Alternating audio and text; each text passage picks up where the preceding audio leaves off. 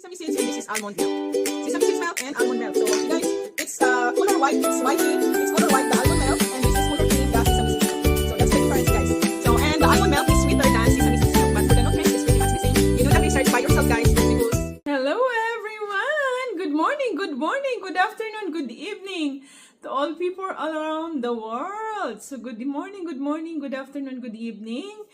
To all Filipino OFWs working abroad, mabuhay po tayong lahat. God bless us all and thank you Lord Jesus Christ for another beautiful day today. Galing na ako sa labas at nagpa-araw na ako. So I got free vitamin D from outside. So for this recipe that I'm gonna share to you is how you gonna make your natural organic milk, no preservatives at home. It might you have this in your kitchen. You have two options, two choices. If you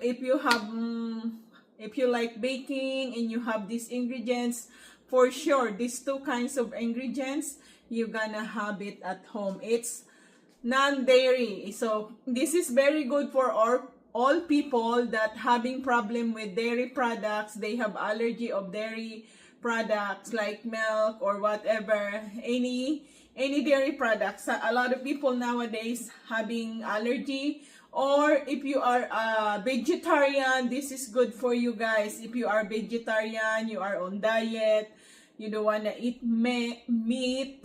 Sorry for the wrong words, meat. So you know what I mean of meat, like pork, beef, or whatever, chicken. Mostly people, they only eat chicken or no meat at all. So for this, you don't have to cook, guys. It's very easy how you make your own milk. You need almond raw, not roasted. So I'm gonna show you the almond raw. So this is the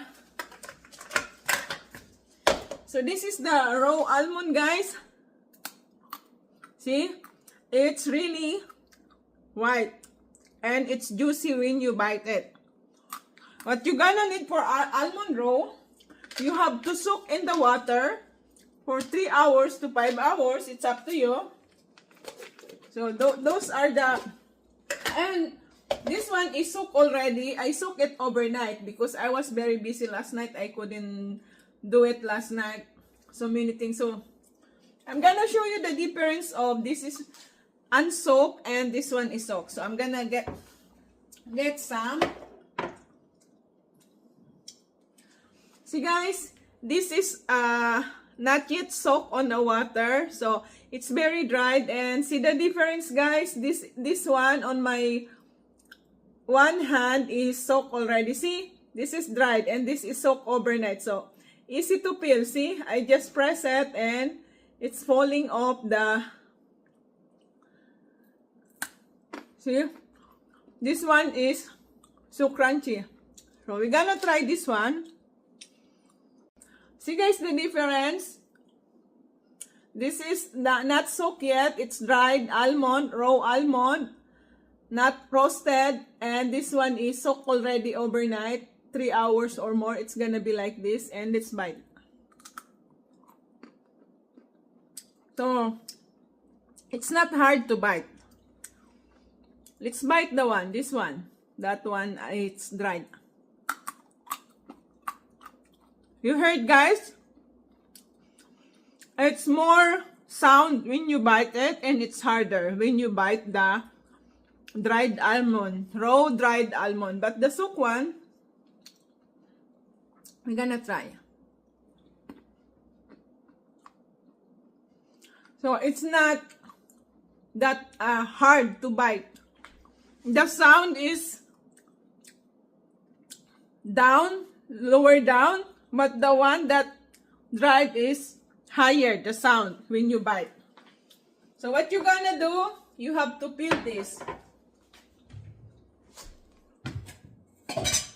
So you have to peel this.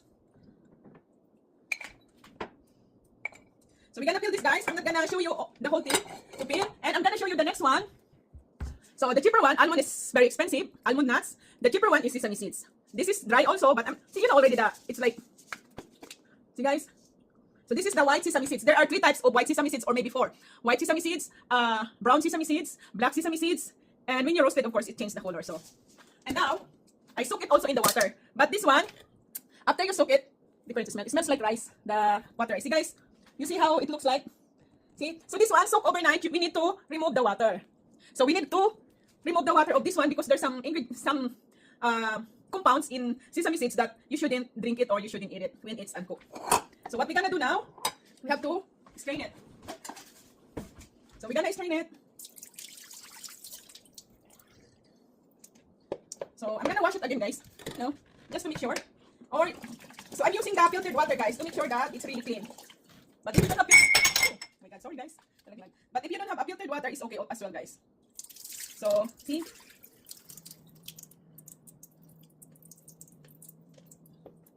So we remove the water that we use for soaking. Now, we're gonna use the blender.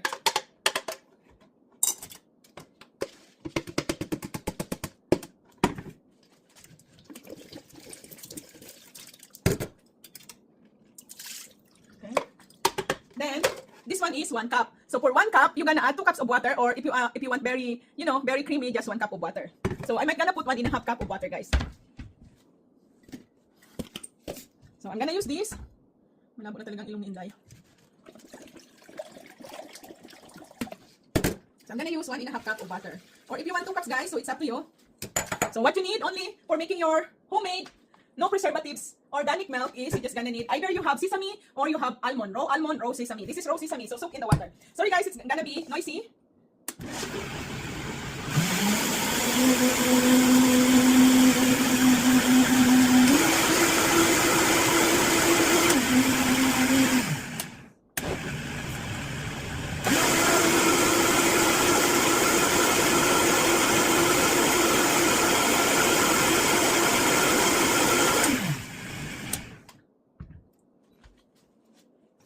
So now we have a sesame milk. Sesame seeds milk. Now we have to transfer it here. See guys?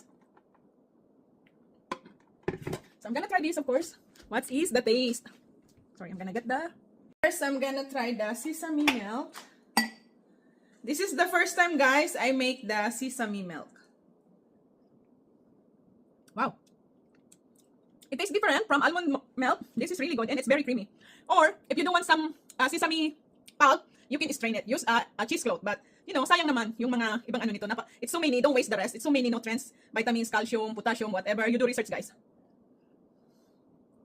So this is the cheapest milk that you can make at home because sesame seeds is cheaper than almond. Way, way more cheaper than almond, especially here in Canada. You can really taste the sesame. It's a little bit sweeter. Without sweetener, it's sweeter, guys. But if you want sweet milk, you can add raw honey and pasteurized honey. So now we're gonna compare what is best, almond milk or sesame seeds milk. It's so good, guys. It's very rich. Ang hirap, guys, ng maliit ang kusina. Walang mapaglagyan. So sayang naman to. Tanggalin. Hugasan natin. Almond naman din kasi ang ilalagay ko, guys, eh. Sayang yung ilagay natin dito. Yan. O, di ba, guys? Kulay milk pa rin yung pinaghugasan ko nito. Marami pa rin kasi itong nutrients. Now, we're gonna continue to remove the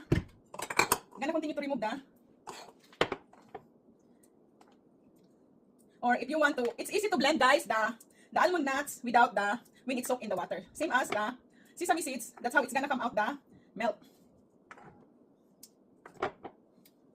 Matrabaho nga lang. Mas masarap sa kainin ng ganito, guys.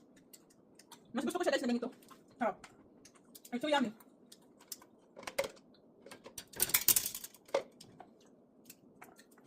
Yan. Matrabaho eh.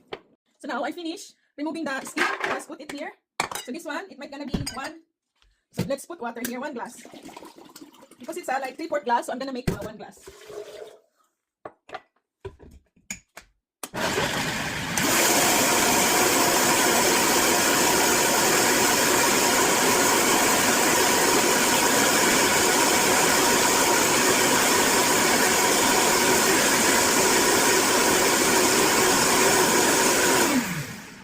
Now let's try. This is almond milk, guys. It's the same time when see guys, it's thicker. If you want not thicker, you can add more water. So the difference is, this one is because I think I put little water compared to that one. So it's really good, guys. It tastes so good. It's very rich. This one is almond milk, is same sweet, a little bit sweeter also, but in a different taste. Of course, there's taste almond, and the other one is taste sesame. See guys, sesame seeds milk, and this is almond milk. See guys, it's same color. I'm gonna put more here so you can see. Ay, hirap talaga ng maliit ang kitchen.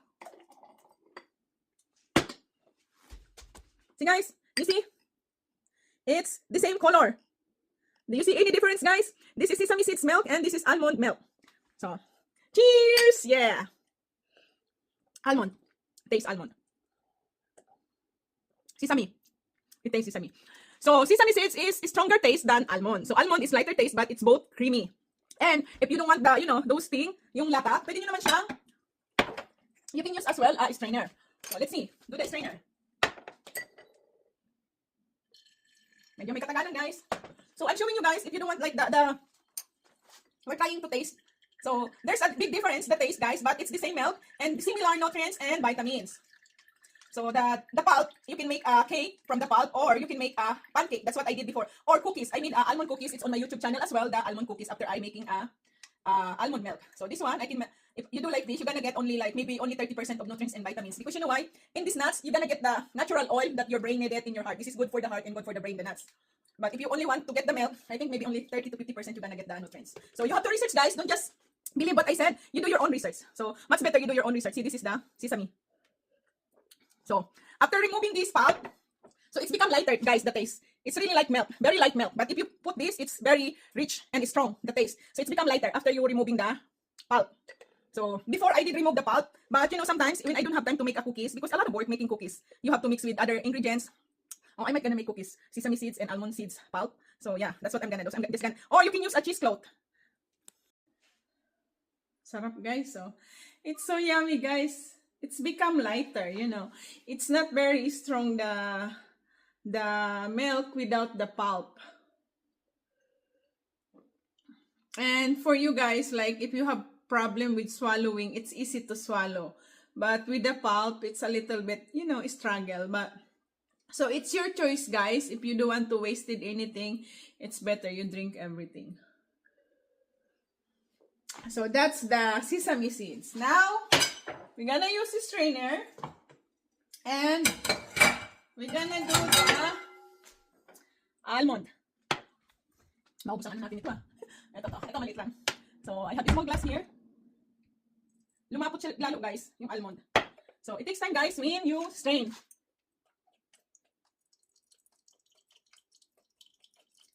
Mas madurog na durog yung almond, guys. Kasi mas matagal yata yung pakagrind ko sa almond. Pero alam niyo, ang sarap nito. Itong almond husk. It's so yummy, the almond husk. Tumabang na. Matamis pa rin. The almond husk is still sweet. So, let's try. Cheers! Almond milk. So, now, the almond milk is a little bit sweeter than the sesame seeds milk. So, that's the difference, guys. If you really want to know the truth, almond milk is a little bit sweeter than sesame seeds milk. It's sweet also, but if you want to add some more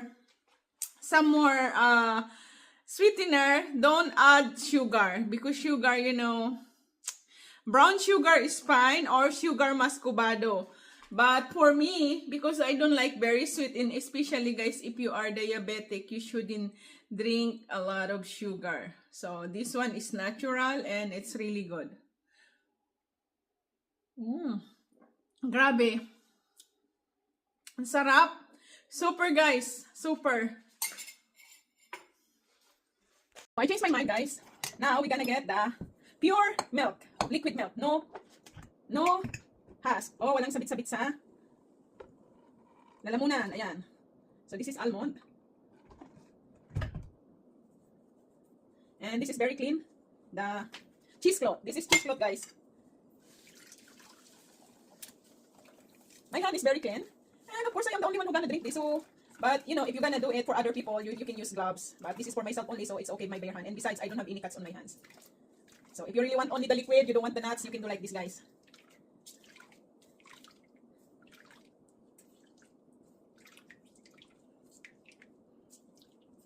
Parang naging lahat, naging milk. Kunti lang siya, guys, It's only a little. So now we have to, hold on, I have to wash my hands again because we're gonna transfer this to the glass with lid.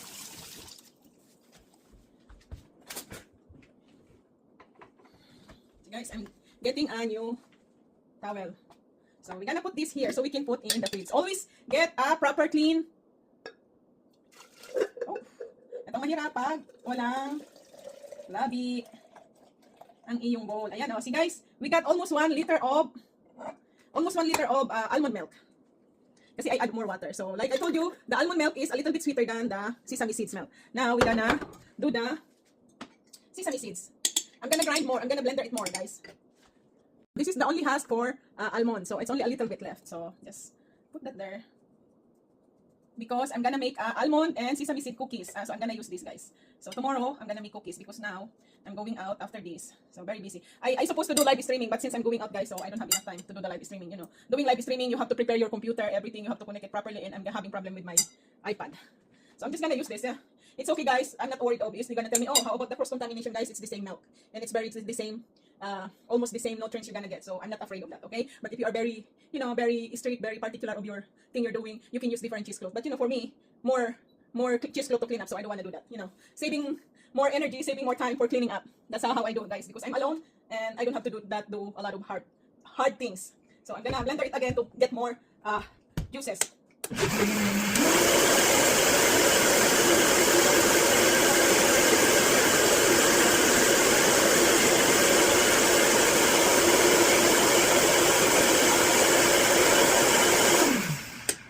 So it's double, guys. The cheesecloth, I double it. Because if you use only one, it might gonna come out the rest, and especially when it's break. So just to make sure that it doesn't break the cheesecloth, when you squeeze like me, when I squeeze, it's so hard, guys. Even my hubby, when I squeeze his hand, he said, I'm killing him. And when I massage him, he said, I'm killing him. That's why sometimes I don't like giving him massage, because always say, I'm killing him. Diba? So now, I have more milk for maybe 4 days. Or maybe 1 week, because you know I don't drink a lot of milk, because I only drink milk at night. And when I drink milk, I add turmeric, ginger, or I add cinnamon, turmeric. What else? Cinnamon, turmeric, and cloves. So those are that I add on my hot milk. But this one, I'm not gonna boil this, because you know you're killing some nutrients when you boil the like this organic one and natural.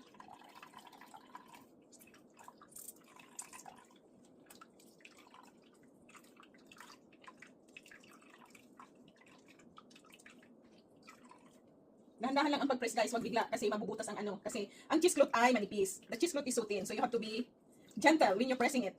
Parang nagagatas ka ng ano ng goats. It looks like you're pressing the goat's mother to come out the milk. Same as when you do like this. Slowly but surely. Ang hirap na maliit ang kitchen, guys. It's like this when you have very small kitchen. Hindi ka makagalaw ng ayos.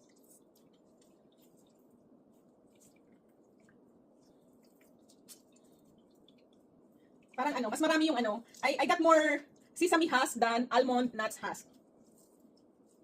Siguro mas marami yung sesame. Hindi ko kasi, I didn't measure, guys, the sesame. I just estimated. I think 1 cup of sesame and 1 cup of almond. Because, you know, almond is bigger. Sesame is siksik-liglig. That's why. Kaya mas marami talaga yung sesame compared sa almond. Grabe, sagana ako sa milk ngayon, Wala yung taga-inom ko ng milk. Nasa US. Ayan, di ba, guys? Oh, press na press. Very strong ako ngayon kasi kakakain ko lang. Ang kinain ko ay mga nuts and pumpkin seeds and sunflower seeds with grains. Mostly.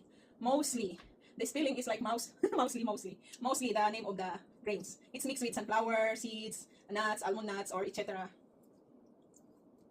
Ayan. Mas marami nga itong sesame seeds. It's more sesame seeds compared to almond. So I'm gonna show you also what is the difference? Let's see. Oh, so the difference, guys, the sesame seeds is like cream, color cream. But the almond is like white, turned to, yeah, it's like beige, the husk of the sesame seeds. But the almond is really white. See the difference of the color. So, let's remove this. See, guys, it's like this one is the sesame seeds and this one is the almond on this is the almond on the bowl. And on my hand with cheesecloth is sesame seeds. So, the sesame seeds husk is like beige color and the almond is like really white. So, that's the difference, guys.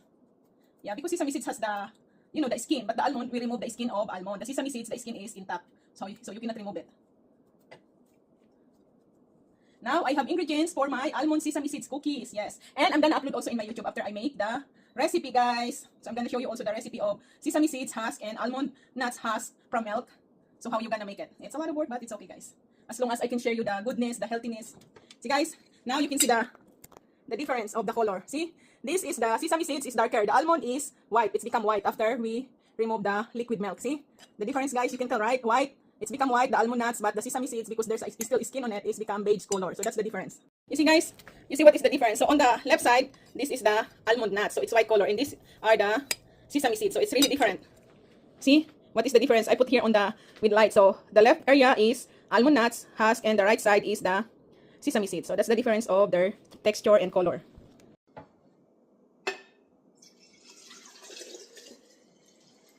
So use the very clean jar, guys.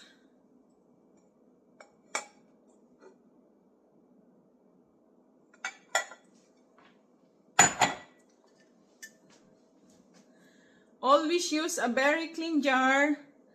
When you always sanitize, use a clean jar when you are putting your milk or any food that you want to put like for a few days in the fridge. So this one, it's gonna stay for a whole week because I did that before.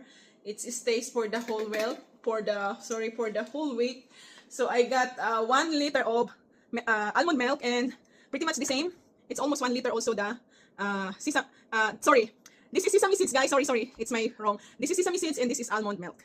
Sesame seeds milk and almond milk. So see, guys, it's color white, it's whitey, it's color white, the almond milk, and this is color cream, the sesame seeds milk. So that's the difference, guys. So, and the almond milk is sweeter than sesame seeds milk, but for the nutrients, it's pretty much the same. You do the research by yourself, guys, because if I'm gonna research that and tell you all the nutrients and health benefits, so we're gonna finish the whole day of explaining to you guys. So thank you guys for watching. So fresh, raw, and organic almond milk and organic sesame seeds milk. So that's the comparison. Almond milk is a little bit sweeter than sesame seeds milk, but it's both sweeter. The taste, you don't need to put any sweetener. But if your tooth is always like one sweet, so you can add honey, unpasteurized honey, and that's the best one. Especially you are diabetic person, don't use any more sugar, only use brown sugar or muscovado sugar if you are diabetic, and only 1 teaspoon a day of sugar. So see, guys, I have milk good for 1 week, fresh, organic, no preservatives, homemade. So if you really want organic, just to make sure that your milk is organic, do it by yourself. If you want cheaper milk, go for sesame seeds milk, or if you have enough money, more money, you buy almond, raw almond, and make your own milk. But if you really want to do what I did, almond milk and sesame seed milk, it's both beneficial to our body. So saan ka pa? Diba? Tingnan nyo naman ang aking beauty. Look at my face, guys. This is the result of my natural organic food that I always prepare and I always make and I always eat. And sometimes I share to my friends and acquaintance and colleagues. So have a nice day, guys. Enjoy your day. And I'm gonna do the cookies as well. Sesame seeds husk and almond nut husk from the milk. It's gonna be delicious cookies. So abangan sa aking YouTube ang recipe. This is the milk I just made. So yeah, so this is the almond milk and this is the sesame seeds milk. So that's the difference, guys. The almond milk is really white color, but the sesame seeds milk is a little bit cream color. So you only need almond raw nuts and sesame seeds raw. So that's a big difference, guys, because the sesame seeds is seeds, then the almond nuts is nuts, and you have to peel the almond nuts, soak in the water, same as the sesame seeds. So almond nuts you have to soak in the water, and sesame seeds as well, and then blender it. The only difference, you have to remove the skin of almond nuts, and you're gonna need, of course, blender. That's the one you need also to make your pure non-dairy milk in your kitchen. So the cheaper milk is the sesame seeds milk. The expensive milk, organic milk, is the almond nuts milk. So both are pretty much the same, the nutrients that you will get. Now it's in my fridge. It's gonna be there 3 to 5 days, guys. It's still okay. Even after 1 month, because you know, I always sterilize the jar that I use. So it's very clean, guys. And make sure that when you get the milk, just get the milk that you're gonna drink. And then put it back in the fridge.